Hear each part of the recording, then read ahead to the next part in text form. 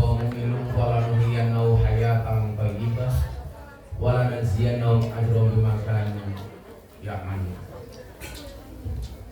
Allahumma sholli wa sallim wa barik ala hadan nabiyil karim Sayyidina wa maulana Muhammadin wa ala alihi wa sahbihi mujahidin wa tahirin. Rabbi shrah li sadri wa yassir li amri wa hlul 'uqdatam min lisani yafqahu qawli, amma ba'du. Amin. Yang kita hormati Presiden Kumyan,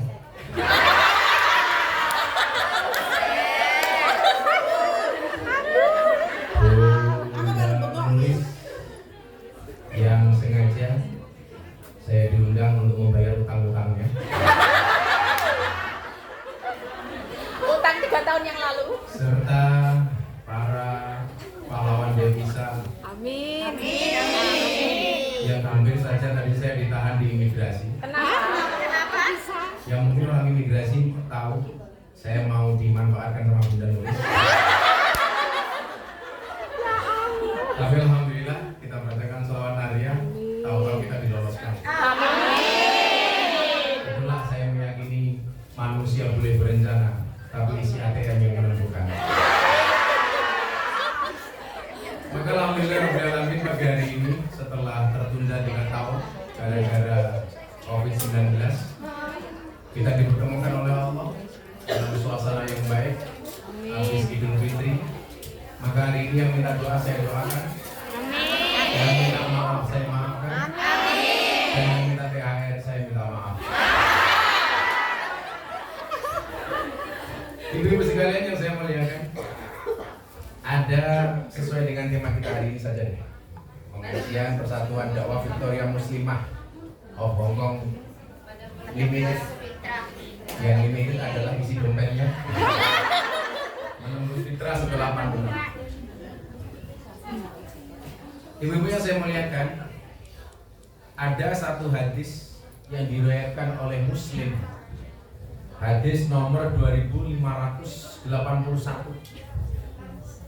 Di situ dikatakan oleh Nabi Muhammad SAW, ada orang yang masuk kategori bangkrut. Kalau bahasa perbankannya apa? Bangkrut itu pahit, dianggap pahit. Siapakah itu yang pahit? Yang pahit adalah yang seharusnya ruangannya 1.200 menjadi 600 orang.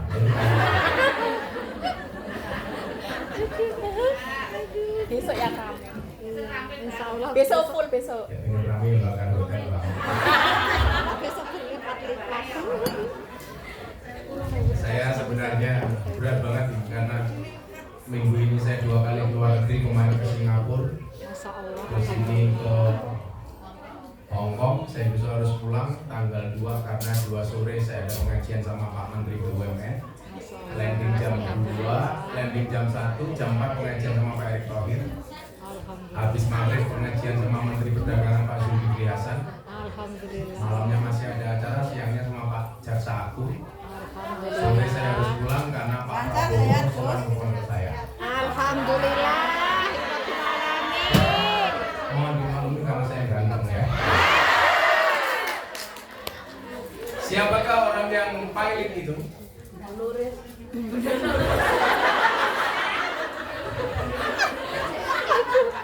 Dari tag di Instagram itu kadang-kadang lucu. Tiket tahun 2021.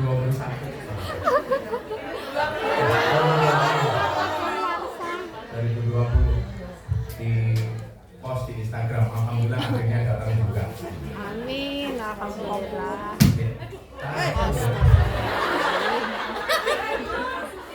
Wedon orang suami juga orang.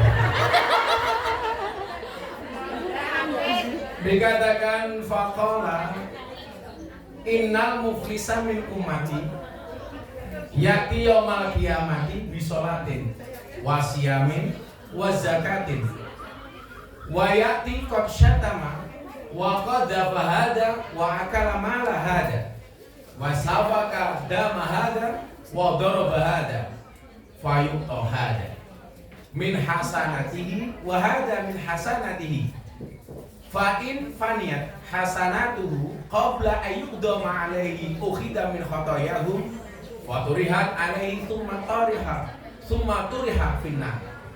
Ini yang dimaksud dengan orang kaya. Orang yang menderita bangkrut atau paling berat itu siapa? Nabi Muhammad mengatakan, orang yang paling bangkrut hidupnya dan sangat berat pahitnya dari umatku adalah orang yang dibangkitkan di hari kemudian atau di hari kiamat. Hari kiamat itu bahasa Inggrisnya doomsday atau the end after. The end after. Jadi the end after itu, the end itu artinya selesai, after setelah. Jadi ya selesai.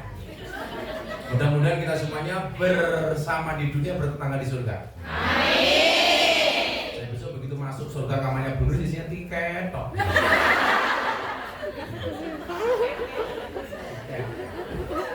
Orang yang datang dari kemudian dengan membanggakan amal ibadahnya yang banyak. Ia datang dengan membawa pahala sholatnya yang begitu besar. Dia datang dengan membawa pahala puasanya, pahala zakatnya, pahala sedekahnya, pahala amal dan lain sebagainya. Tetapi kemudian yang terjadi apa? Kemudian datang pula menyertai orang itu, orang yang dulu pernah dicaci maki, pernah dituduh berbuat jahat, orang yang hartanya pernah dimakan olehnya, orang yang pernah ditumpahkan darahnya. Semua mereka yang dianiaya orang tersebut dibagikan amal-amal kebaikannya sehingga amal kebaikannya habis. Jadi ini berita bagus bagi orang yang merasa didolimi dan berita buruk bagi mereka yang berbuat dolim. Jadi akan ada orang yang datang dari umatnya Nabi Muhammad itu membawa amalnya banyak banget. Sholatnya bagus, puasanya keren. Makanya saya itu di Indonesia mengkampanyekan orang puasa tidak minta untuk dihormati. Karena puasa itu tidak minta dihormati, tapi puasa itu melahirkan pribadi yang terhormat. Anda rugi kalau saya puasa pengen dihormati. Rugi. Ruginya di mana? Karena as-saumuli, puasa itu untukku kata Allah, wa ana ajzibi, dan aku yang akan menggantikan pahala puasa itu. Jadi kalau puasa itu adalah yang menghormati Allah, kenapa Anda masih minta dihormati oleh manusia? Itu amatiran. Makanya saya itu kebetulan ditakdir oleh Allah untuk menjadi orang yang rajin berpuasa. Amin. Dengan melaksanakan puasa Daud. Saya terakhir puasa Daud dari tahun 2016 sampai sekarang. Mungkin kalau keluar negeri kayak gini saya berhenti karena sama istri. Ngeras-ngeras.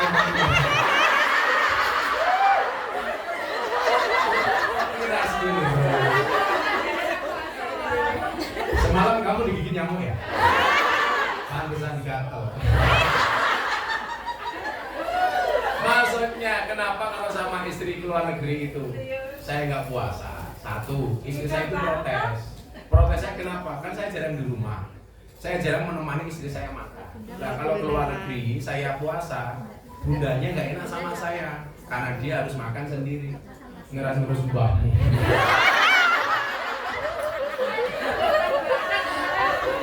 Karena aku jadi dingin. Lagian begini, kalau puasa itu, puasa Daud itu bukan nazar, itu fleksibel.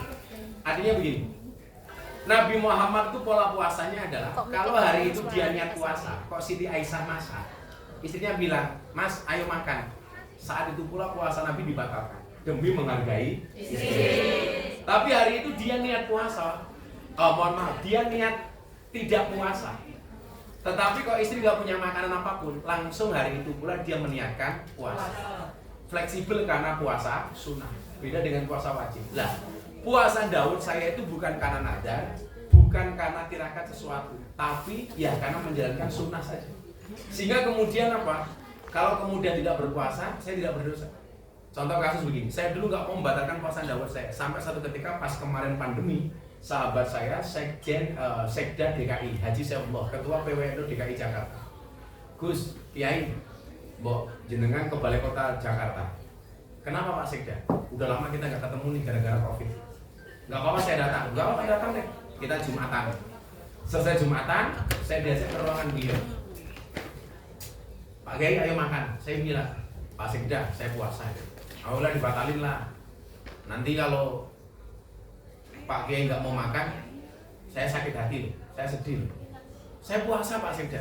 Beliau bilang, sudah Gus, siapa tahu ini kita makan siang terakhir.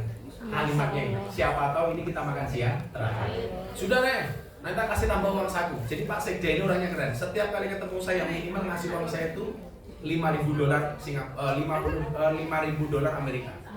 Hari itu saya dikasih $10.000 Amerika. Sudah lagi ya batalin. Akhirnya apa? Saya batalkan puasa saya. Dan bukan. Anda salah. Kalau karena uang rambut saya kemarin haji ditawar $100.000. Mau dibeli sama itu rambut atas, apalagi yang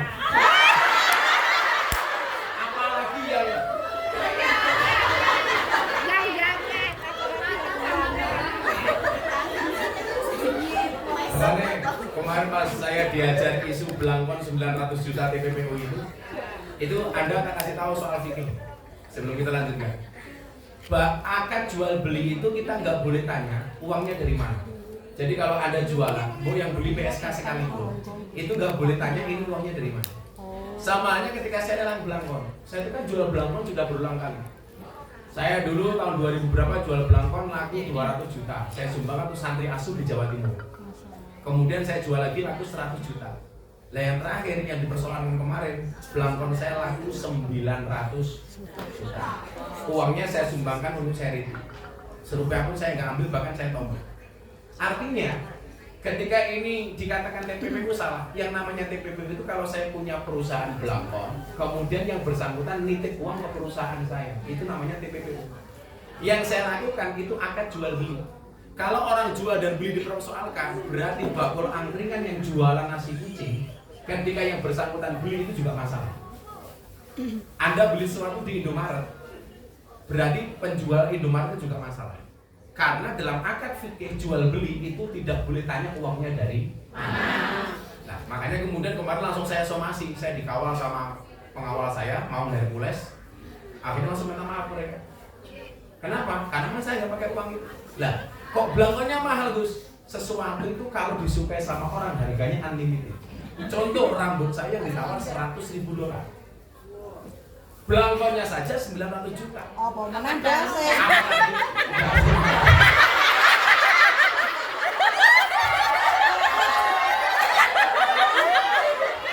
Apalagi sarungnya. Apa pula isinya sarung?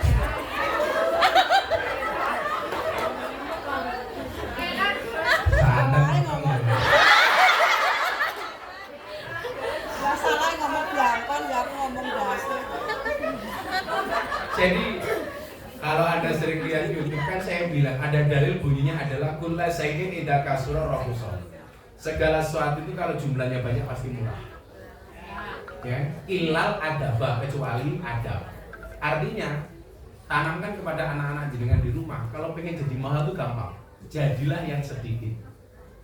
Barang itu kalau sedikit pasti langka, kalau langka antik, kalau antik harganya mahal.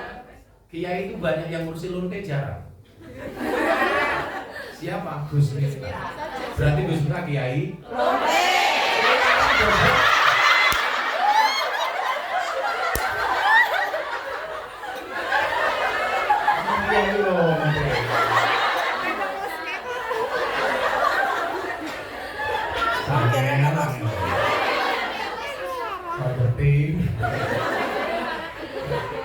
Makanya barang itu kalau banyak pasti murah. Makanya kenapa kalau mau lebaran itu harga-harga mahal? Karena barangnya sedikit, peminatnya banyak. Nah, kita bisa menjadi sesuatu yang mahal ketika kita create menjadi sesuatu yang sedikit. Kecuali adab itu kalau semakin banyak semakin mahal. Nah, barang kalau semakin sedikit semakin mahal. Makanya saya bilang sama teman-teman ini tidak berlaku di Hong Kong, berlaku di pejabat-pejabat di Indonesia. Jadi kenapa di kalangan pejabat, pengusaha dan perusahaan-perusahaan saya dikenal kiai paling mahal? Karena saya punya prinsip. Prinsipnya apa? Dulu Mbak ya, saya pernah diundang pengajian sama pengusaha batubara yang anggota DPR, sama artis dangdut. Artis dangdut nyanyi 5 lagu, saya ngaji 1 jam. Selesai acara penyanyi dangdut dikasih uang saku 150 juta. Kiai ngaji 1 jam dibayar 75 juta. Uang saya kembalikan kepada pengusaha tersebut. Saya nggak usah terima saja, nggak apa-apa. Loh kenapa Gus? Anda itu lucu. Penyanyi dangdut yang hanya nyanyi 5 lagu buka titik dihargai jauh lebih mahal dibandingkan kiai. Kalau begini caranya, selamanya anak-anak Indonesia itu bercita-cita pengen jadi artis dangdut, tidak mau jadi kiai. Lagian kita itu nggak fair menghargai tokoh-tokoh agama kita. Coba kita lihat, kok ada artis dikasih fasilitas hotel mewah, orang akan dengan gampangnya mengatakan maklum artis. Tapi begitu kiai yang mendapatkan fasilitas, kiainya berlebih-lebihan. Benar kan seperti itu? Ya. Ada artis dikawal patroli, orang mengatakan, wah artis nggak apa-apa, keren. Begitu kiai, waduh kiai ini gaya. Benar kan? Ini salah. Kalau seperti itu caranya, anak-anakmu tidak mau jadi kiai, maunya jadi apa? Artis. Artis diminta untuk membangun moralitas, kita hargai seadanya. Sementara artis kita hargai setinggi-tingginya. Maka saat itu saya di pengusaha itu saya menyerit, terserah, lo suka ya silakan, lo bisa silakan diundang, kalau enggak ya sudah. Mendingan saya ngurusi santri, ngurus jamaah di desa-desa. Karena saya tahu Bu, pejabat-pejabat yang undang saya ke daerah itu mereka punya kepentingan politik.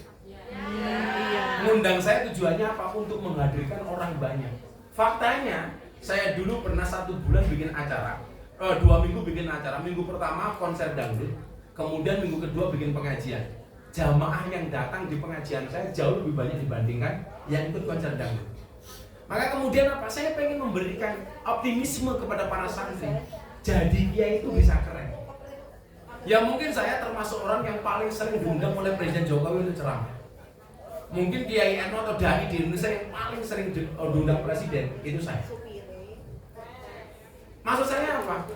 Sehingga anak-anakmu yang sekarang di Indonesia mungkin sedang mondok, sedang di pesantren, mereka juga punya cita-cita. Ternyata bisa keren. Sekarang hampir banyak artis yang kemudian ikut kita ngaji. Kemarin saya di Singapura sama Vero, sama beberapa artis. Mereka mengatakan apa? Kita nyaman dengan cara-cara dakwah seperti ini. Makanya kemudian di kalangan para artis saya dikenal sebagai pemberi nasihat pernikahan para artis. Saya sangat senang menasihati artis menikah, apalagi kalau dinikahkan. Jangan nikah lagi, Pak. Oh enggak, nikah itu senang, tapi jangan senang menikah. Karena semua istri senang menerima mas kawin, tapi ada satu mas kawin yang paling dibenci sama perempuan, mas kawin lagi. Kalian tahu kenapa zombie itu jalannya kok bareng-bareng? Karena kalau sendiri namanya zombie.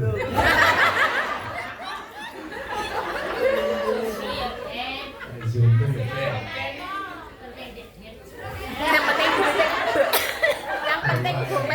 yo ben, sepenting duit-duit. Oh, arepe ngeloni duit ndak bohong. Tumbas.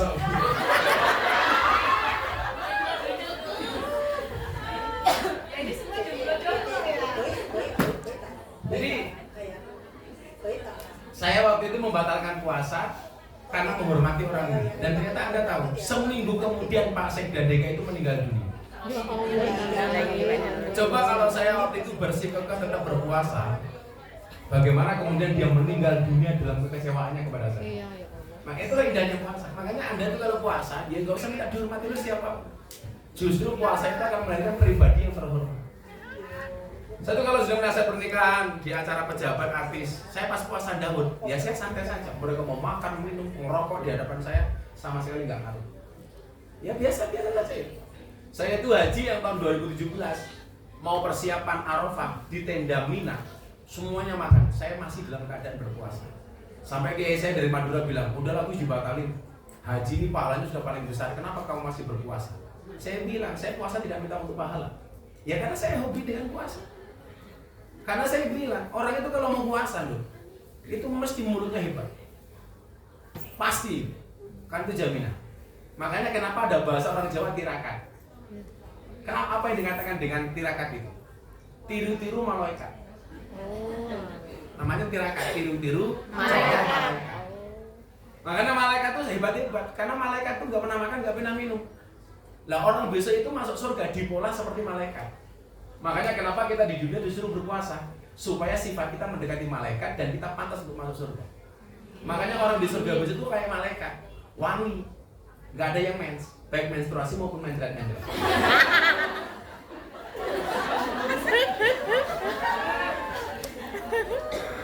Oh, saya ngomong waktu ya Allah. Nanti ngebas. Nah, waktu iban terus sing iso cek.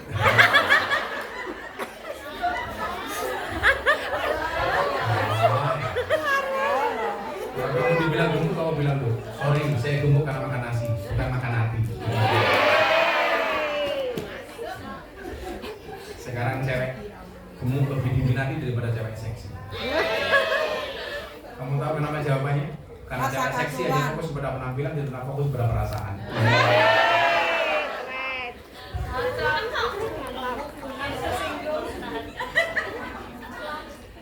Cuaks.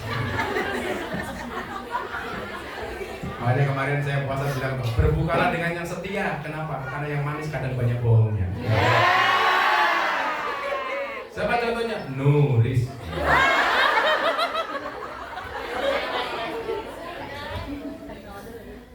Nah, orang yang datang dari kiamat itu akan dibangkitkan dengan membanggakan amal. Maka satu hal yang perlu Anda ingat, dalam kitab Hikam, Sohibul Hikam Ibnu Athaillah As-Sakandari, kita itu nggak boleh terlalu yakin dengan amal kita. Kita nggak boleh bergantung dengan amal kita. Seharusnya kita tuh bergantung kepada ridhonya Allah. Kenapa setiap kali ada pengajian Anda harus datang? Karena Anda nggak pernah tahu pengajian mana yang mendatangkan rahmatnya Allah. Iya. Betul ya. Ya. Jadi kenapa harus ngaji? Contoh saya itu setahun bisa menghadiri 1000 lokasi pengajian setiap tahun. Saya nggak pernah tahu dari 1000 titik itu mana yang mendatangkan rahmatnya Allah. Dan saya nggak boleh pede, amalku sudah banyak, nggak bisa. Kalau dari semua amalmu ketika kamu berada di Hongkong untuk pengajian melalui Bu Nuris ini, satu saja yang mendatangkan rahmat Allah itu pasti selamat. Karena orang masuk surga itu bukan karena banyaknya amal, tetapi karena rahmatnya Allah. Kalau dari semua amalmu yang mendatangkan rahmatnya Allah satu saja, selesai. Makanya saya pede masuk surga. Amin. Harus pede dong. Makanya saya punya cita-cita, kalau besok saya mati di dalam kubur ditanya sama malaikat munkar nakir, "Hei Miftah, man rabbuka?" Langsung saya jawab, "Kamu nanya."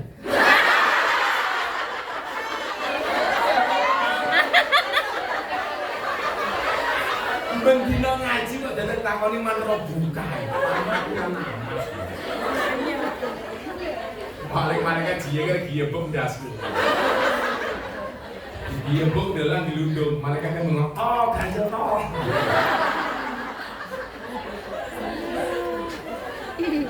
Saya ulangi ya, orang masuk surga itu bukan karena banyaknya amal, tapi karena rahmat. Lah, karena kita nggak pernah tahu amal mana yang mendatangkan rahmat, itulah alasan kenapa kita tidak boleh berhenti beramal. Katalah pengajian seperti ini, Anda ngaji tek, ini mesti mendatangkan rahmat Allah, tidak bisa. Bisa jadi yang mendatangkan rahmat Allah itu ketika kita pengajian seperti ini, oh pas kita doa Allah atau pas sedekahnya jalan, kita nggak pernah tahu. Makanya kita nggak boleh berhenti. Kok dari 1000 amalmu yang mendatangkan rahmat Allah satu saja, itu jaminan surga. Amin. Makanya datang mencari rahmat. Nggak boleh mengandalkan banyaknya amal ibadah. Sementara yang dibilang muflis, bangkrut itu muflis. Dia datang pada hari kiamat dengan merasa banyak amalnya. Contoh lagi Bu, dulu ada cerita dalam kitab Sufi itu, ada orang masuk surga ditanya, "Kenapa kamu masuk surga?" "Karena amal saya." Akhirnya apa? Setelah 70 tahun dia masuk surga, dikeluarkan dari surga oleh Allah. Kenapa? Karena umurnya cuma 70 tahun. Berarti kalau 70 tahun itu dia beribadah terus, berarti Allah membalas surganya hanya dengan 70 tahun. Tapi kalau kita masuk surga karena rahmatnya Allah, itu hum fiha khalidun, selama-lamanya. Coba kalau baca Quran itu, Anda sering mendengar kalimat fil jannatil lati hum fiha khalidun sama finnar hum fiha khalidun. Bedanya membaca bagaimana? Ketika finnar itu waqaf, berhenti. Baru diteruskan hum fiha khalidin. Tapi kalau fil jannah surga itu langsung diteruskan fil jannatil lati hum fiha khalidun. Kenapa? Karena kalau orang masuk surga itu selama-lamanya. Dia nggak akan keluar lagi ke dalam neraka, masuk neraka. Tetapi kalau dia masuk neraka itu bisa sementara, bisa keluar dari neraka kemudian masuk Surga. Lah masuk surga orang mungkin balik di neraka. Tapi lah masuk neraka masih punya potensi masuk Surga. Kira-kira begitu. Yang cara gampang ini, yang datang hari ini masih berpotensi datang besok hari. Tapi yang datang besok sudah tidak mungkin masuk hari ini. Kira-kira begitu. Jadi kita jangan pernah mengandalkan amal. Jangan Anda merasa sombong, aku jilbaban, sedekahku banyak, puasaku tiap hari. Bahkan para suami mengatakan aku jumatan bendino.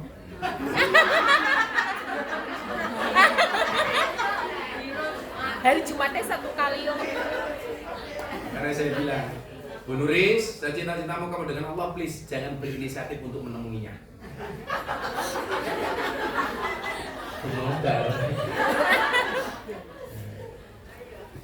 Ia datang dengan membawa pahala sholatnya yang begitu besar.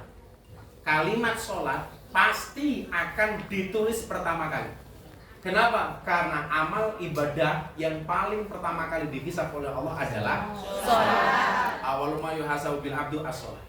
Maka teman-teman di sini sesibuk apapun, seminimal apapun tetap sholat.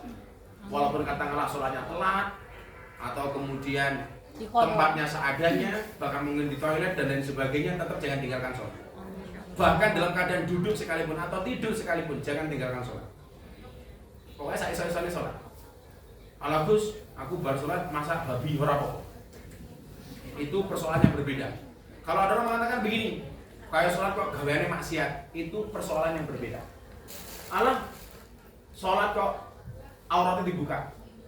Dia buka aurat itu dosa sendiri. Dia sholat itu pahala tersendiri. Yang paling cilaka adalah bos orang sholat gaweane buka aurat. Jilbaban kok gaweane ngrasani wong. Begitu dia jilbaban dia berpahala, soal dia ngrasani wong itu dosa tersendiri. Jangan kemudian mubadir jilbaban toh cangkeme ngrasani. Oh beda. Wonge ya teko iki. Ya melu guyu. Jilbabe apa? Iki apa? Yang kita insyaallah.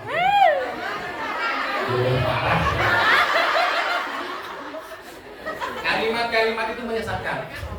Mubadir jilbaban tok lakuane bosok. Untuk apa sholat kalau dia masih bermaksiat? Goblok meneh. Dia sholat walaupun dia bermaksiat, sholatnya tetap berpahala. Walaupun dosanya, maksiatnya tetap berdosa. Yang paling cilaka sudah bermaksiat nggak mau sholat.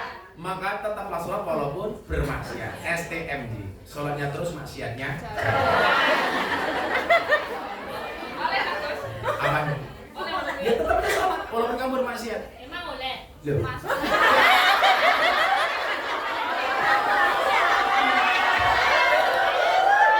Contoh, saya kemarin bagi-bagi mukena di lokalisasi di Jawa Timur, di Gang Sono Tretes Pasuruan. Nah mereka yang tidak pulang bulan Ramadan sebelum mereka operasi dan dinas, mereka menggelar sholat taraweh berjamaah dengan menggunakan mukena yang diberikan oleh Gus Miftah. Mereka tanya, Gus Miftah ngasih mukena, saya ngasih mukena sampai 680. Saya, oh kamu juga dapat?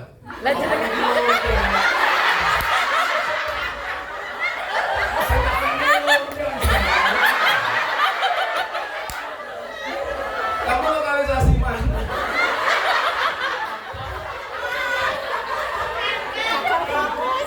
Kau penting kamu. Kalau Ngawi biasanya lokalisasinya di masuk di Guyangan kan? Kalau Kediri di Semampir. Kalau Pasuruan di Tretes. Kan dia ini londe. Menariknya apa? Mereka sebelum operasi Ramadan itu mereka malamnya sholat taraweh. Anda mengatakan mubadir tarawehnya nggak bisa. tarawehnya tetap berpahala walaupun setelah itu dia berbuat dosa. Contohnya begini yang sering saya ceritakan itu, saya pengajian di Bekasi mau pindah ke Cikarang, itu perjalanan 1,5 jam melewati Kalimalang. Jam 9 setengah 10 malam saya melewati Kalimalang, ada mbak-mbak PSK sedang menjajakan dagangannya. Begitu kaca mobil saya buka, mereka lihat saya teriak, "Gus, mampir!"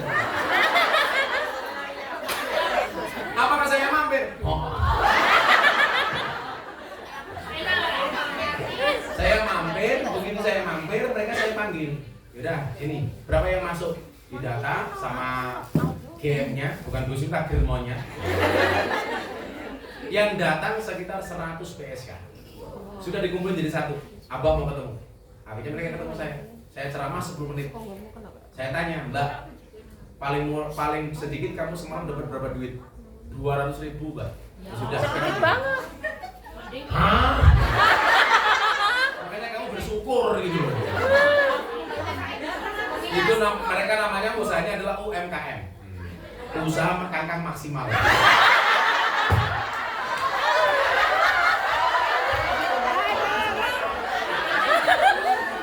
Kamu mancing-mancing aja.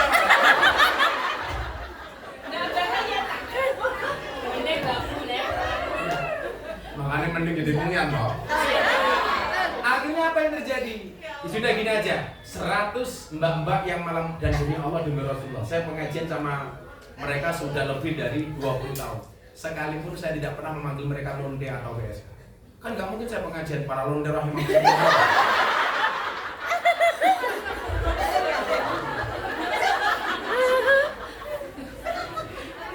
Ya ma'asyiral muslimin, masih mata londe rahimahullah.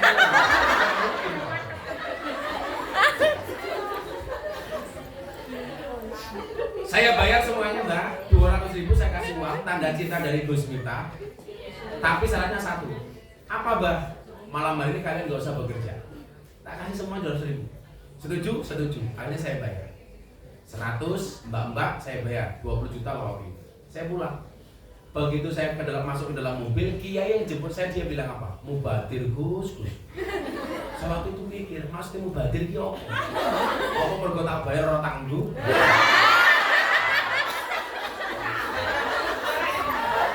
Atau apa? Saya tanya, kiai yang dimaksud mubadir nopo? Mubadir Gus. Malam hari ini mereka berhenti bekerja. Tahu besok mereka bekerja lagi. Itu kan mubadir. Saya bilang apa? Pak Kiai saya bilang. Jangan ngomong.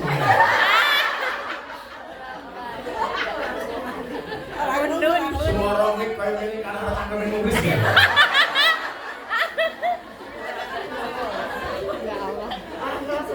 Marah kerasa.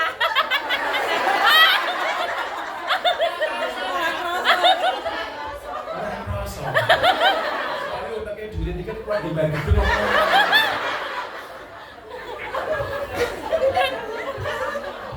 Saya bilang sama kiai tersebut, Pak Kiai, bagaimana Anda mengatakan mubadir?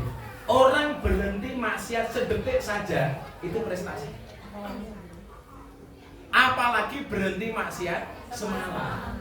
Loh, Anda itu kalau di sini pisah sama suami di Indonesia, itu bisa jadi malah pahala. Kenapa? Kalau Anda berada di sini 2 tahun, minimal selama 2 tahun bojumur atau mau onek-onek gitu. Itu prestasi gitu. Makanya Bu Nuris itu lebih suka suaminya, dia di sini terus. Karena minimal kalau Bu Nuris di Hong Kong, suaminya aman dari cangkem Nuris. Dan itu prestasi gitu. Makanya kalau orang mengatakan saya pengajian di klub malam itu mubadir, toh setelah ngaji mereka bekerja lagi, Anda salah. Minimal ketika pengajian mereka berhenti bermaksiat. Minimal ketika pengajian mereka berhenti minum. Mbak-mbaknya pemandu karaoke minimal berhenti mandu karaoke tamunya. Itu kan prestasi. Orang berhenti maksiat sedetik saja itu prestasi, apalagi semalam. Nah, inilah jeleknya manusia. Manusia itu jeleknya di mana, Bu? Selalu saja memandang orang lain dengan kacamata syariat dan memandang dirinya dengan kacamata hakikat. Ini kebalik. Pandanglah orang lain dengan kacamata hakikat, Pandanglah diri sendiri dengan kacamata syariat. Pandanglah orang lain dengan kacamata hakikat sehingga kita tidak gampang menyalahkan orang lain. Tidak gampang untuk justifikasi kepada orang lain. Tidak gampang menghukumi orang lain dan menghakiminya. Tetapi pandanglah diri sendiri dengan kacamata syariat supaya kita lebih berhati-hati. Coba ini dengarkan, ini kalimat yang sempurna siang hari ini. Pandanglah orang lain dengan kacamata hakikat sehingga kamu tidak gampang menyalahkan orang lain, tidak gampang menghakimi orang lain, tidak gampang melabeli orang lain salah. Tetapi pandanglah dirimu sendiri dengan kacamata syariat sehingga kita bisa lebih berhati-hati. Tapi kalau seperti itu enak. Ada orang bermaksiat, kamu harusnya bersyukur. Bersyukurnya di mana? Alhamdulillah saya tidak ditakdir maksiat seperti mereka. Iya, benar. Bener nggak? Benar. Tapi persoalannya enggak. Kalau ada orang ahli maksiat, selalu saja kamu lihat kemaksiatannya. Dia asal ahli maksiat. Anda nggak bisa. Imam Ali bin Abi Thalib mengatakan apa? Ketika malam hari kamu melihat orang bermaksiat dan kamu ketemu di keesokan harinya, jangan pernah katakan dia ahli maksiat. Kenapa? Karena bisa jadi malam itu dia sudah bertobat, mata kamu tidak melihat. Iya. Lah, jangankan kok kita orang awam, kiai-kiai saja banyak yang nggak bisa seperti itu. Saya dulu ngajak orang mabuk sholat, diajar sama kiai, Miftah goblok. Orang mabuk kok diajak sholat. Bukankah kamu tahu ada hadis yang bunyinya sholatnya orang mabuk tidak diterima oleh Allah 40 hari. Saya langsung bilang, ditompor urusannya cangkemmu. Tapi urusannya pangeranku. Maka saat itu muncul quote-nya Gus Miftah yang paling viral di bokong truk.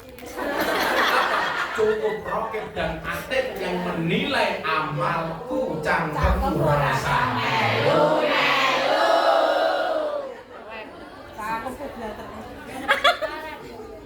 Saya itu kalau ibu-ibu datang kepada saya di Prambanan itu ada lampu merah. Itu yang ngamen di situ sahabat-sahabat saya yang banci-banci. Orang marah-marah, saya nggak marah. Kalau saya lewat situ, kaca mobil saya buka, mereka langsung ngerubung mobil saya. Mereka nyanyi. Kenapa? Mereka nyaman. Saya kasih uang, langsung dirubuk ke susu ini gelundung. Orang lain marah, saya enggak. Tapi mereka manut. Ini sudah saya siapkan sarung sama baju koko mau saya kasih mereka. Tak kasih kepada mereka. Nah, orang kayak saya itu orang yang terlalu slow banget. Woles, slow. Kenapa? Saya nggak pernah masuk ke wilayah dosa pribadi seseorang. Kenapa? Karena saya juga berpotensi sama melakukan dosa itu. Makanya dalam agama, dosa sosial sama dosa pribadi personal itu lebih besar dosa sosial. Pejabat yang korupsi uangnya rakyat itu dosanya lebih besar dibandingkan dosa saya pribadi. Katakanlah umpamanya saya nakal dosa saya langsung tebas sama Allah bisa. Tapi ketika saya menyakiti orang lain, memakan haknya orang lain, itu dosa sosial. Makanya kenapa saya gak pernah bisa membenci para pendosa ini. Itulah alasan kenapa saya disebut sebagai presiden para pendosa. Pak Jokowi kalau ketemu saya salaman, sama-sama presiden. Presiden para pendosa. Nyaman. Karena coba siapa yang gak punya dosa? Saya bayar 10 juta hari.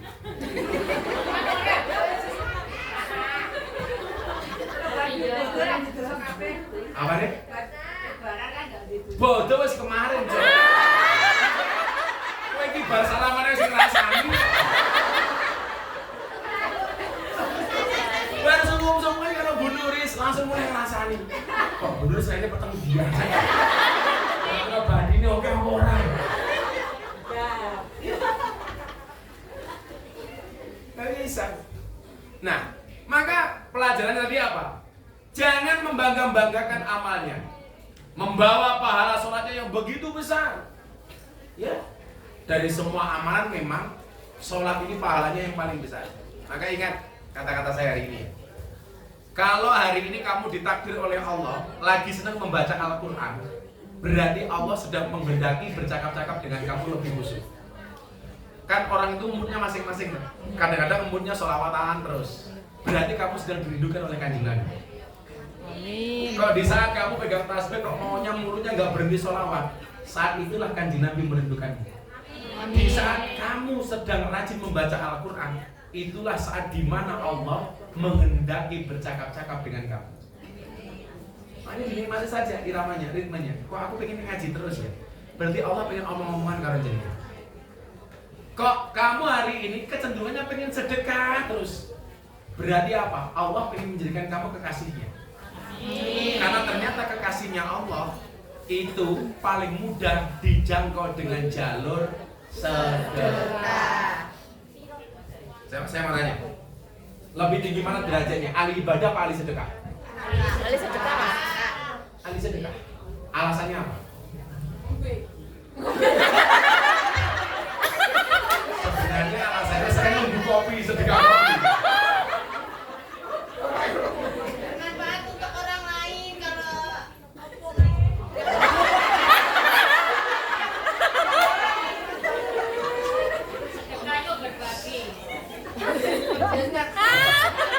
Ya ngerti begitu. Coba kita baca dalam kitab Wasiatul Mustafa. Wasiatul Mustafa itu kitab wasiatnya Nabi kepada Sayyidina Ali. Makanya kenapa orang Syiah itu berlebih-lebihan memuja Sayyidina Ali? Karena memang Nabi Muhammad pernah mengatakan, kalau seandainya ada Nabi setelah aku, maka yang layak menjadi Nabi itu adalah Sayyidina Ali. Lah, orang Syiah itu berlebih-lebihan memandang Sayyidina Ali dengan mengistimewakan Sayyidina Ali dan menganggap semua sahabat yang lain salah. Itu kenapa Syiah dikatakan sesat gara-gara itu. Apa kata Nabi soal sedekah?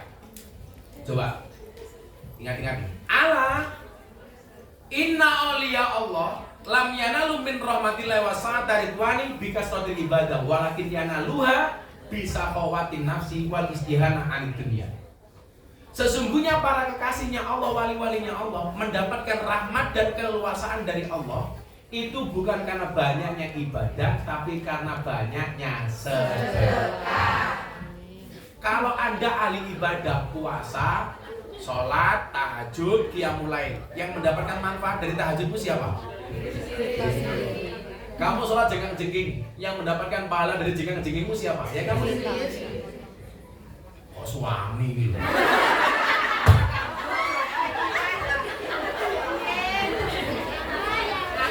Ya, kamu udah lama nggak jengking ya?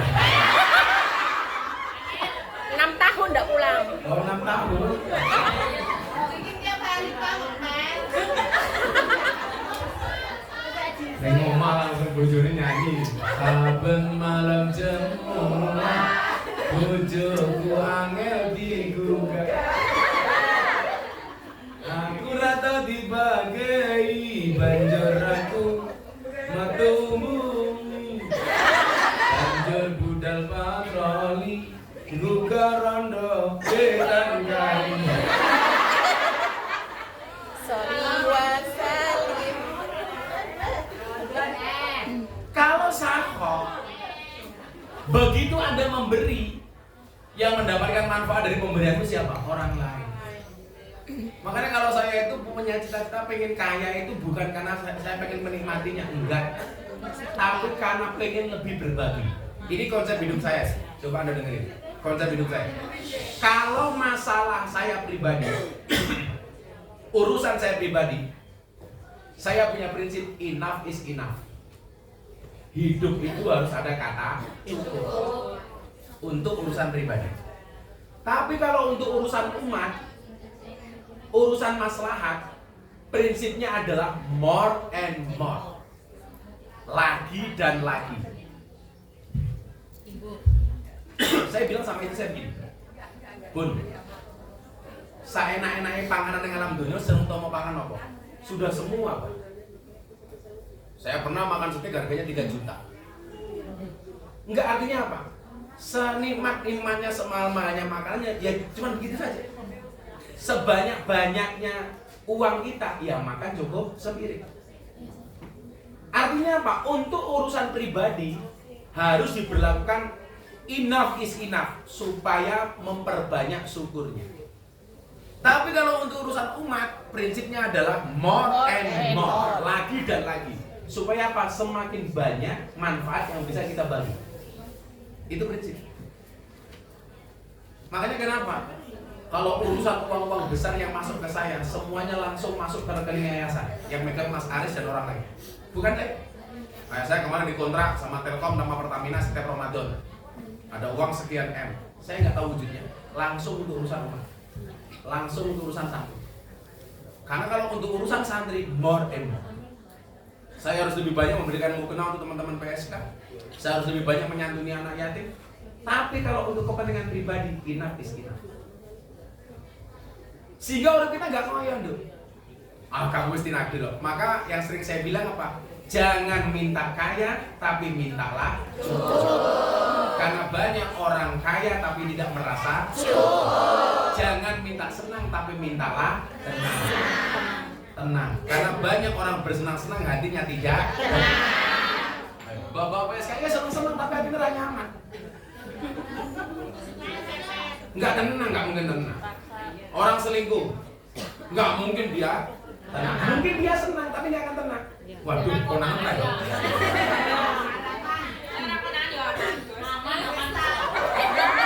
Aman.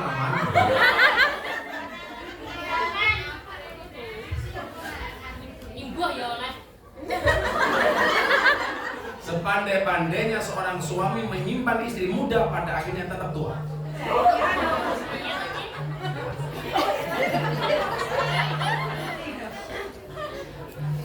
Kopi.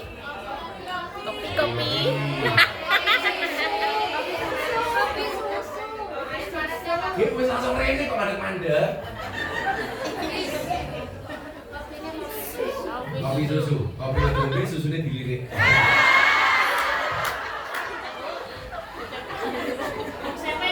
Maksudnya begini. Kalau kopi susu gini kan membingungkan. Kopi ini ngejak melek, susunya ngajak dulu. Saya terus ngopi karena hidup itu butuh inspirasi bukan halusinasi.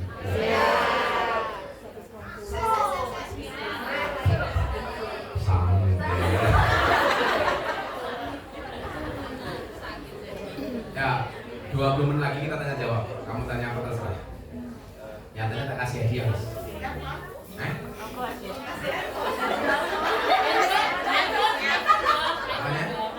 iPhone miskin.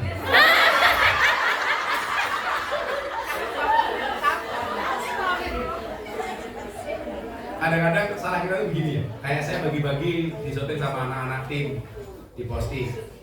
Komentarnya orang kadang-kadang apa? Ini menurut saya royal. Bukan. Komentarnya Gus kok kita direng-diwenehi. Ini salah. Seharusnya komentar kamu apa? Ya Allah, mudah-mudahan saya juga bisa seperti ini. Jadi mindset kita tuh mindset miskin gitu. Ketika kita berbicara sedekah, langsung saja yang terbayang di benak kita itu saya akan menerima. Seharusnya apa? Saya akan memberi. Malah iPhone matang. Terus kemudian murah dinyang. Kita berbicara mindset itu. Sehingga kamu itu mohon maaf. Kalau kemudian uangnya nggak banyak tapi mentalnya kaya, keren. Jadi kalau ada orang memberi, yang ada di benakmu harusnya kapan saya ikut memberi, bukan kapan saya menerima. Salah. Saya dari dulu miskin, nggak punya apa, saya nggak mau utang. Yang sering saya ceritakan, saya punya uang 50.000, pilihannya dua, untuk beli susu anak saya, atau saya mau sowan guru saya di Pekalongan Habib Lutfi, salam tempel. Karena dari dulu saya punya kebiasaan kalau ketemu guru-guru saya salam tempel. Saya bilang sama istri saya, Beb.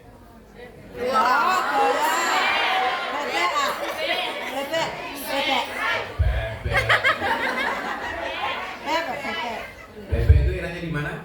B-nya. Kalau nggak ada B-nya nggak enak. Tapi lebih enak kalau B-nya diganti.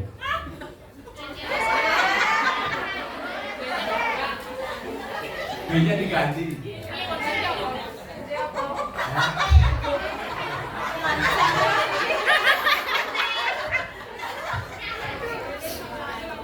B-nya diganti apa?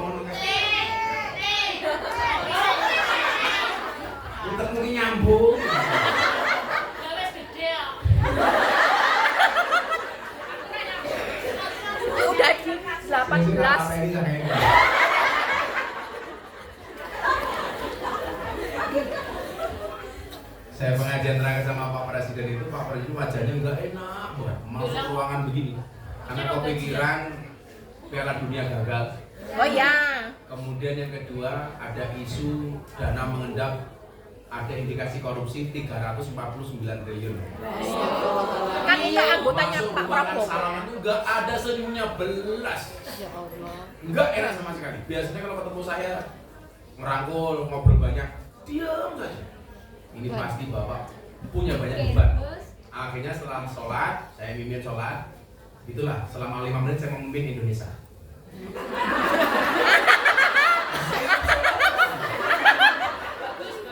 Dan selama 5 menit Pak Jokowi manut sama saya.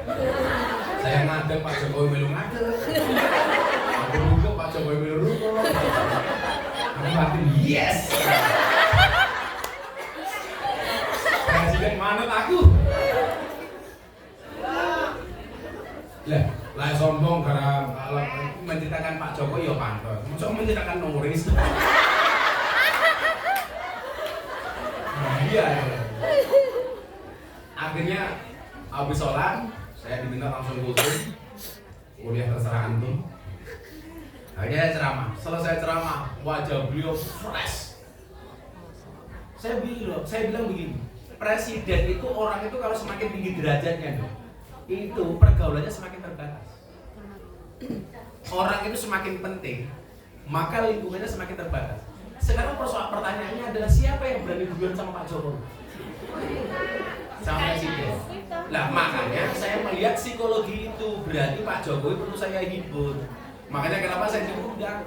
Itu yang diajukan terakhir karena acara forum lintas partai, semua partai datang. Itu cari ustadz.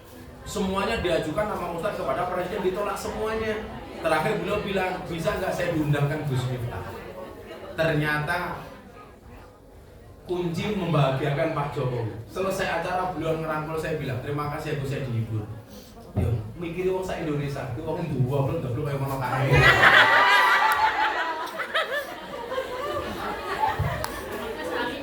Makanya mbak-mbak ya ngaji dibuat rileks saja, jangan beban. Makanya bahasa saya apa? Agama itu solusi bukan problem. Nah.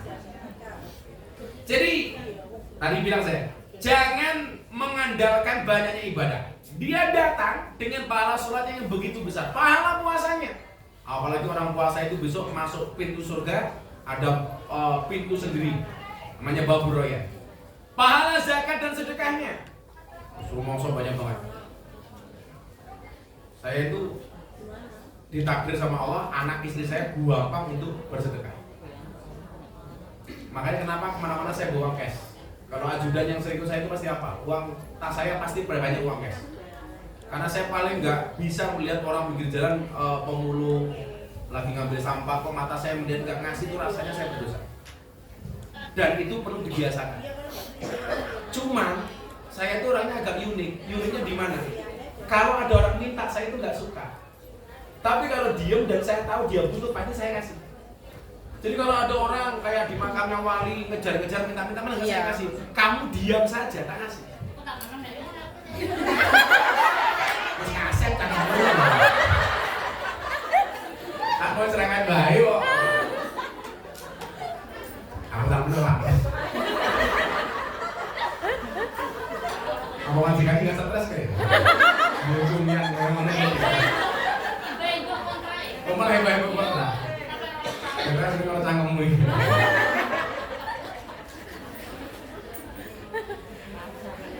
Tetapi Bapak Ibu. Anda salah. Bapak Ibu.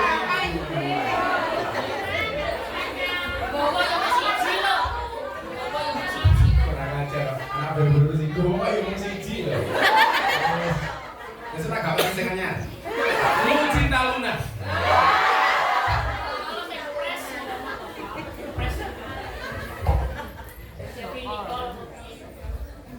Rupanya kuliah jadi nikah.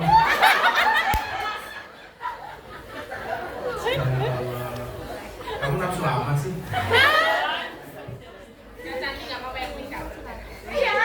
Oh, capek sih. Tetapi dengan Dengan begitu banyaknya amal, ini masuk ke materi ini. Ini dengerin, kamu yang suka ngomongin orang. Kemudian datang pula menyertai orang itu, orang yang dulu pernah dicaci maki. Hati-hati kalau kita pernah mencaci maki sama orang. Makanya kenapa kok saya itu semakin lama semakin bahagia, karena saya sering dibully. Kemarin ada riset di teman-teman media, jurnalis. Siapakah tokoh publik di kalangan tokoh agama yang paling sering dibully? Yang paling sering menjadi objek tulisan wartawan, yang paling sering banyak diobrolkan. Jawabannya nomor 1, Gus Dur. Coba kamu lihat. Ya termasuk sangkemu banget juga ya. Ternyata apa? Ketika omongan-omongan itu nggak usah kita perhatikan, ya justru itu cara Allah meninggikan derajat kita. Iya. Saya tuh merasa betul ya, Dok ya. Tahun 2018 saya dirasani gara-gara ngaji di lokalisasi Klub Malam. 2019 saya dirasani gara-gara ngislamke Deddy Corbuzier. Tahun 2021 saya dirasani gara-gara ceramah di gereja. Dibantai habis-habisan pas Covid. Miftah kafir. Ura popo sahadat. Tahun 2022 saya ribut lagi. Diomongin lagi gara-gara saya ribut dengan Ustadz Khalid Basalamah persoalan hukum ayah. Beliau mengharamkan, saya menolak fatwa itu. Kemarin diajar lagi gara-gara isu belangkon. Jadi 2 minggu itu hidup saya berwarna. Minggu pertama saya dirasani banyak orang gara-gara ceramah sama presiden. Yang terakhir kemarin, yang kedua gara-gara belangkon. Orang bilang Miftah pasti kena mental. Sampai Wikipedia saya pas saya ribut sama sahabat Ustadz Khalid Basalamah itu, Wikipedia saya dirubah, Miftah orang gila dari Sleman. Saya bilang, sakit hati Mbak? Enggak. Kenapa? Karena komentarnya tidak pernah saya baca. Orang-orang saya ceramah di gereja itu diposting sama Deddy Corbuzier di IG-nya. Dalam waktu sehari semalam ditonton 7 juta kali. Komentarnya 120.000 kali. Kata orang-orang semuanya ngonek-ngonek ke saya. Sama sekali saya nggak ada urusan, nggak pernah saya baca. Maka saya bilang, kalau ada orang lain membicarakan keburukan kamu dan kamu sakit hati, yang salah siapa? Kamu. Kenapa? Karena kamulah yang memindahkan kalimat itu dari telingamu ke dalam hatimu. Makanya kalau menghadapi omongan orang, saya berprinsip seperti pohon pisang, punya jantung tapi nggak punya hati.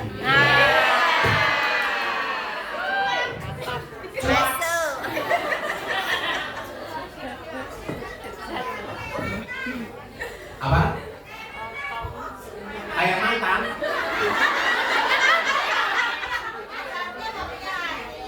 Punya jantung kan? Ayam mantan. Kamu jangan bilang mantan, tapi katakanlah alumni. Sehingga punya potensi untuk reuni.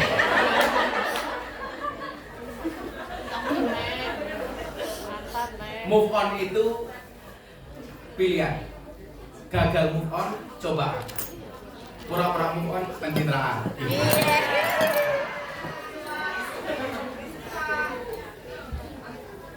Alhamdulillah saya nggak punya mantan karena saya nggak pernah pacaran. Ngapa meneh?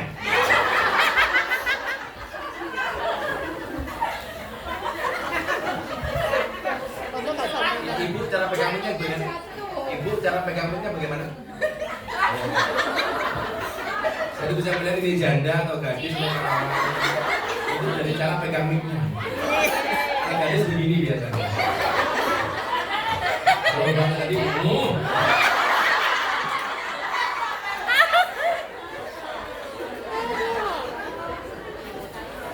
Sallallahu Nabi Muhammad. Ya. Jadi orang yang dicaci maki itu bisa akan datang. Kemudian apa yang terjadi?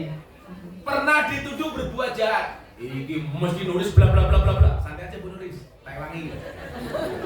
Atau orang yang hartanya pernah dimakan olehnya. Nah, termasuk itu tiga pengajian karena mungkin hartanya pernah dimakan.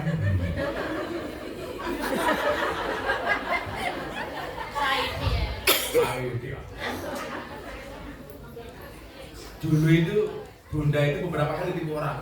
Pernah ditipu sapi 20 ekor. Yang nipu siapa? Jamaah. Jadi kita beli sapi lebih dari 20 ekor, begitu mau motong sapi, nggak ada sapinya satu pun di kandang. Bunda marah-marah, saya bilang nggak usah marah. Kalau kamu ditipu, tanda-tanda kamu akan kaya. Amin. Setelah waktu itu saya ditipu sapi 20 ekor, senilai 400 atau 500 juta. Saya dapat rezeki lebih dari itu. Karena begini, sing rumongso pernah ditipu di aku sih, Saya ditipu. Kamu ditipu? Berulang kali. Berulang kali. Saya bahagia. Lebih baik kamu ditipu daripada kamu menipu. Makanya kalau ada jamaah datang ke pondok bang, kalau dihapusi, alhamdulillah. Aku lebih seneng daripada gue ngapusi. Saya malah diancam. Diancam sama orang yang pinjam. Itu karena sakit, Kalau nggak sakit nggak ada pahalanya. Makanya kenapa sabar itu indah? Ya karena sabar itu berat. Indahnya kapan? Ya sabar saja.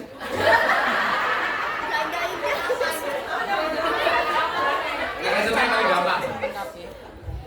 Kalau kamu punya rumah kamu ada kacanya. Tetangga rumah kamu itu orang kaya punya anak nakal. Dia nendang bola kena kaca rumah kamu, dia pecah. Tapi dia orang tuanya kaya, loman, dan orang lalai. Karena orang sugih tapi lalai. Begitu kaca rumah kamu pecah, ditendang sama anak tetangga, kamu pastinya santai saja. Orang tuanya sugih pasti diganti. Orang tuanya pasti ganti. Pertanyaan sekarang begini, orang yang nipu kamu itu hamba Allah apa enggak? Orang tua kepada anaknya saja bertanggung jawab, apalagi Allah kepada hambanya. That's point. Bener gak? Makanya Siti Aisyah itu kalau memberi orang itu nggak pernah mau tahu. Artinya apa? Kalau saya mau ngasih Bu Nuris, Siti Aisyah itu dititipkan melalui Mas Aris. Bilang, Mas Aris kasihkan kepada Bu Nuris, tapi ingat, jangan sampai Nuris tahu yang memberikan saya Siti Aisyah. Ketika ditanya, kenapa wahai Siti Aisyah? Kalau Bu Nuris tahu yang memberi saya Siti Aisyah, maka dia akan berusaha menggantinya, membalasnya. Tapi kalau dia tidak tahu, dia tidak bisa membalas saya. Yang membalas siapa? Allah. Tapi kan susah. Jajal awak meneng Bu Nuris, ondo yo sing meneng aku.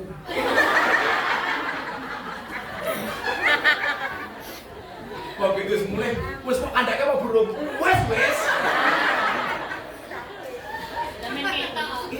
Itu masalah. Makanya kita lebih suka dipuji oleh manusia dibandingkan dipuji oleh Allah. Sebagai seorang suami, saya akan bertanggung jawab ketika istri saya mempunyai kesalahan, mempunyai utang. Allah nggak mungkin lepas tangan dari hambanya yang ngapusi kamu. Piye iki sing ngapusi awakmu ya kawulane Gusti Allah. Nah, tapi kalau kaitannya dengan orang bangkrut ini, kenapa kemudian kita harus punya sawalan dan tradisi silaturahmi? Karena orang-orang yang pernah dicaci, pernah dituduh berbuat jahat, orang yang hartanya pernah dimakan, orang yang mungkin pernah ditumpahkan darahnya, semua orang yang dianiaya, amal yang banyak tadi itu diberikan kepada orang yang dicaci maki. Kalau kamu pernah mendolimi orang di dunia, di akhirat orang yang kamu dolimi akan datang dan amal kamu yang banyak diberikan kepada orang yang didolimi. Kalau kamu pernah dicaci maki sama orang, kamu diam, orang yang mencaci kamu besok pahala sholatnya, sedekahnya, zakatnya, puasanya akan diberikan kepada kamu. Amin. Selama kamu dicaci ikhlas. Itulah alasan kenapa puasa itu saum atau siam maknanya adalah al-imsak. Imsak itu artinya ngempet. Makanya dicaci, bajingan gue. Ini so'imun, sorry saya sedang berpuasa. Balasnya kapan? Berbuka.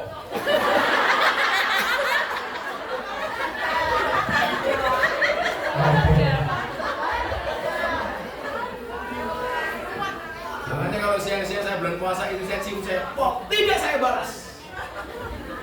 Kapan balas ciumnya? Baru.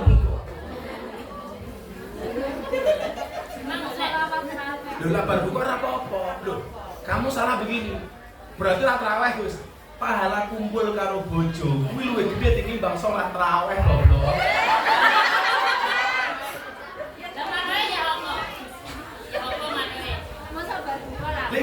Makanya kalau kamu janda segeralah menikah. Apalagi kalau kamu menikah di bulan Ramadan enak, sing liya jengking traweh. Lah kan makanannya jengking traweh.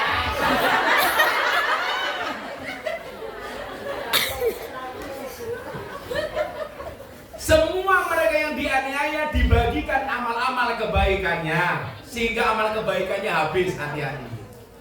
Maka di wilayah itu saya lebih suka didolimi dibandingkan saya mendolimi. Saya lebih suka ditipu daripada saya menipu. Lebih suka disakiti daripada menyakiti. Itu prinsip. Bilang kayak Pak Jokowi ini jadi presiden awet. Soalnya apa? Soalnya banyak yang dolim kepada Pak Jokowi. Iya. Saya pesan satu, besok ini ambil pilpres. Jangan sampai kerukunan yang terganggu hanya gara-gara beda pilihan, betul? Aku suka kerukunan kok. Karena yang ngajari cangkemmu. 3 periode.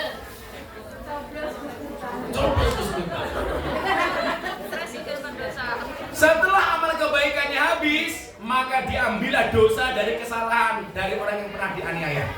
Ini ya, kue disakiti wong, kue nompo.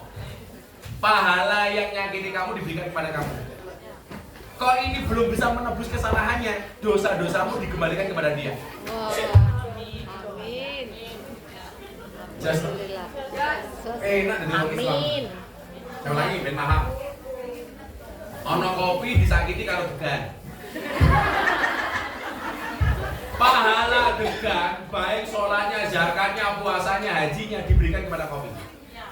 Kok diberikan kepada kopi, dosanya degan masih banyak. Maka yang terjadi, mohon maaf, kesalahan degan kepada kopi masih banyak. Yang terjadi kemudian adalah dosa-dosanya kopi ditransfer kepada si degan. Hati-hati, jangan sampai pernah menyakiti orang. Hati-hati. Nah, itulah alasan kenapa dalam tradisi Ahlussunnah ada tradisi halal bihalal. Boboan sesama BMI yang ada di Hongkong setiap kali kumpul pernah terjadi kesalahan atau pernah ngerasani. Oh, ngendira sorry. Kayak awakmu sering ngerasani apa? Ngerti. Saya ini ibu kita badannya seksi. Lihat terus. Saya itu orang yang paling slow kenapa? Kok kenapa saya dibicarakan orang lain nggak pernah sakit hati? Ya, kenapa orang itu membicarakan saya? Ya karena saya terkenal. Kalau nggak mau dibicarakan nggak usah jadi orang terkenal. Kenapa saya dimusuhi? Karena saya kuat. Ya kalau saya saya akan dimusuhi. Maka kenapa Nabi Musa itu gagah? Karena musuhnya Nabi Musa itu komplit. Ada yang ngaku Tuhan, namanya Fir'aun. Ada orang yang paling kaya, namanya Qarun. Ada ulama sombong, namanya Bal'am. Makanya Nabi Musa gagah, karena musuhnya banyak. Dan Nabi Muhammad itu kelihatan ampuhnya kenapa? Karena musuhnya banyak. Makanya kalau kamu mungkin dimusuhi sama orang padahal kamu nggak salah, itu tanda-tanda Allah akan mengangkat derajat. Amin. Kayak Pak Jokowi, dosa presiden ini pelunga-pelungu. Kenyataannya rakyat menghendaki, betul? Betul. Dan sejarah mencatat Indonesia menjadi satu negara yang paling cepat healingnya dari COVID menjadi normal. Bahkan mengalahkan Hong Kong. Maka normalnya Indonesia lebih dahulu dibandingkan Hong Kong. Itu kan prestasi pemerintah. Masa presiden seperti itu kok masih kita dolimi? Nauzubillahimin dzalik. Nah, itulah orang-orang yang bangkrut. Wis amale entek, dosane nambah. Bapak NU, Ibu Muslimah, Kakang Ansor, Ade Fataya, tahlilan saben malam Jumat, boleh tahlilan padha nggawa berkah.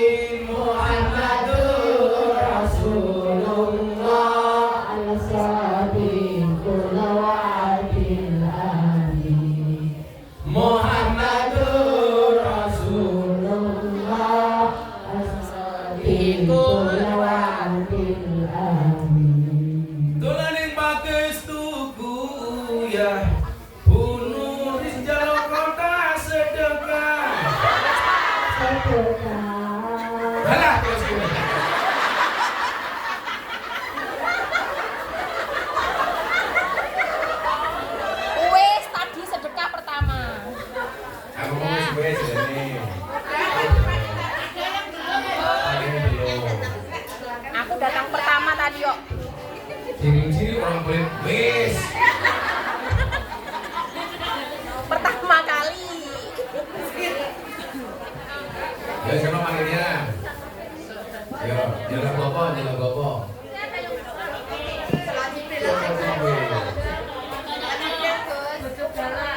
Joko Tingkir. Ya, manggilnya siap-siap. Joko Tingkir yo. Joko Tingkir ah. Joko Tingkir ngombe dawat, Joko Tingkir ndase.